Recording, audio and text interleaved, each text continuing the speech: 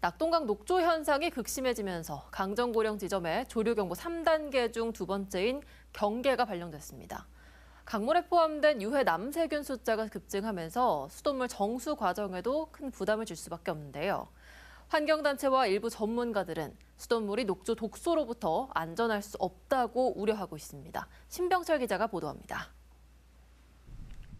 폭염이 지속되면서 낙동강의 녹조 현상은 갈수록 심해지고 있습니다. 강정고령 지점에는 조류경보 3단계 가운데 두 번째인 경계가 발령됐습니다.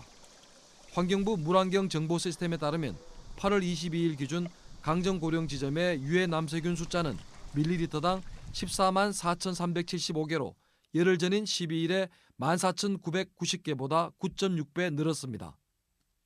이미 8월 19일 11만 6,875개의 유해 남세균이 확인돼 조류경보제 경계 기준치인 10,000개 이상 2회 연속을 충족했습니다.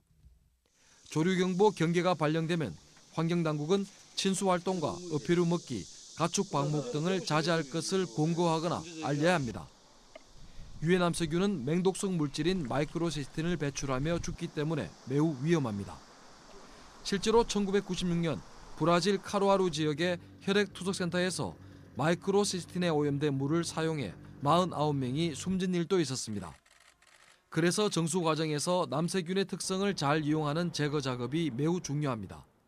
이 살아있는 남세균들, 그러니까 이게 터지기 전에 남세균들을 먼저 제거해야 돼요. 예, 그리고 나면 물에 남은 독성들이 있으니까 그걸 이제 포집을 해가지고 없애면 되는데, 만일 반대로 한다고 생각해 보세요. 그럼 독성 먼저 제거했죠? 그리고 남세균이 남아있어요? 터지니까 다시 물에 또 독성이 튀어나오는 거예요. 환경부는 정수 처리를 하면 마이크로시스틴을 99% 제거할 수 있어 문제가 없다고 주장하지만 유해 남세균 숫자가 감당할 수 없을 정도로 늘어나면 사정은 달라집니다. 제거되지 않은 1%의 유해 남세균이 심각한 문제를 일으킬 수 있기 때문입니다.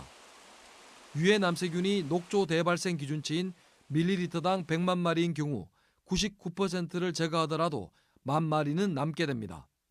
이게 함정인데요. 이런 거예요. 99%를 제거한다. 이러면 마치 다 제거되는 것 같잖아요. 예를 들어 여름철에는 10,000마리가 있으니까 99.99%를 없애야지 한 마리가 되는데, 우리나라는 자꾸 똑같은 이야기를 해요. 우리 99% 제거해. 그래서 뭐가 달라졌다는 거죠?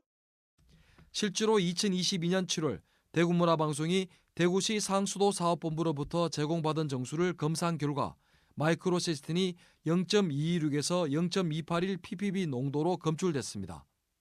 우리나라 기준치인 1 ppb보다 낮지만 미국 환경보호국의 아동 허용치인 0.3 ppb에 근접한 수치입니다.